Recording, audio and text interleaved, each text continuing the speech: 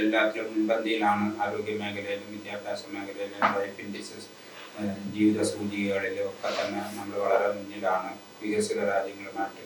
പക്ഷേ നമുക്ക് ഈ ചൈൽഡ് മെൻ്റൽ ഹെൽത്തിൻ്റെ മേഖലയിൽ child and adolescent mental health മേഖലയിൽ ഇടപെടാനുള്ള റിസോഴ്സ് നമുക്ക് വളരെ കുറവാണെന്നുള്ളത്. മാനസികാരോഗ്യ വിദഗ്ധരുടെ ചൈൽഡ് മെൻ്റൽ ഹെൽത്ത് മേഖലയിൽ കേന്ദ്രീകരിച്ച് വർക്ക് ചെയ്യുന്ന മാനസികാരോഗ്യ വിദഗ്ധരുടെ എണ്ണം കുറവാണ്. കൗൺസിലേഴ്സ്, സ്കൂൾ കൗൺസിലേഴ്സ് എന്നുള്ള രീതിയിൽ സ്കൂൾ കൗൺസിലർമാരുണ്ട്. പക്ഷേ നമുക്ക് എല്ലാ സ്കൂളുകളിലേക്കും അത് വ്യാപിപ്പിക്കാൻ ഇനിയും കഴിയേണ്ടതുണ്ട്.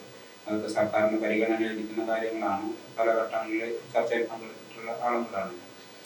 അങ്ങനെ നമുക്ക് മറ്റ് മേഖലകളെ സ്വായത്തമാക്കാൻ കഴിഞ്ഞ രീതിയിലുള്ള അതേ അളവിലുള്ള ഒരു പുരോഗതി നമുക്ക് മാനസികാരോഗ്യ മേഖലയിൽ, പ്രത്യേകിച്ച് ശിശു കൗമാര മാനസികാരോഗ്യ മേഖലയിൽ നമുക്ക് എത്താൻ കഴിഞ്ഞിട്ടില്ല. നമുക്ക് അതിൻ്റെ ഉള്ള റിസോഴ്സ് സർവീസ് സിസ്റ്റം ഇനിയും നല്ല രീതിയിൽ വികസിപ്പിച്ചെടുക്കേണ്ടിയിരിക്കുന്നു എന്നുള്ളതാണ് നമുക്ക് കാണാൻ സാധിക്കുന്നത്. ഇപ്പം രണ്ട് കാര്യങ്ങളാണ്. ഒന്ന് സോഴ്സ് റിഡക്ഷൻ എന്ന് പറയുന്നത്, രണ്ട് ഡിമാൻഡ് റിഡക്ഷൻ എന്ന് പറയുന്നത്. സോഴ്സ് റിഡക്ഷൻ എന്ന് പറഞ്ഞു കഴിഞ്ഞാൽ അതിൻ്റെ സ്രോതസ്സിൻ്റെ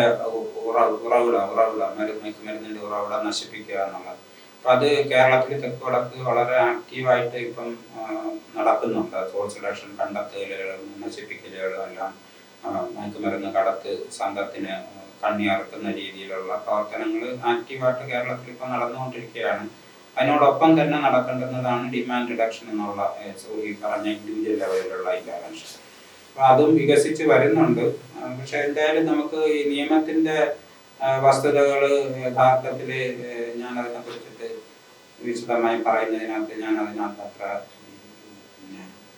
എക്സ്പീരിയൻസ്ഡ് ആയിട്ടുള്ള ആളല്ല, നിയമവിദഗ്ധനായ ഒരു വ്യക്തിയല്ല. അതുകൊണ്ട് എനിക്കത് തീർച്ചയായിട്ടും അതിൻ്റെ കണ്ടന്റ് കുറവായതുകൊണ്ട് അവർ കേസിൽ നിന്ന് രക്ഷപ്പെടുന്ന സാഹചര്യം നിലനിൽക്കുന്നുണ്ട്. തീർച്ചയായിട്ടും നിയമജ്ഞർ ഇതുപോലെ പോലീസ്, ജുഡീഷ്യറി ഒക്കെ ചർച്ച ചെയ്ത് ആ നിയമത്തിൽ എന്തെങ്കിലും മാറ്റം വരുത്തേണ്ടതുണ്ടോ എന്നുള്ളത്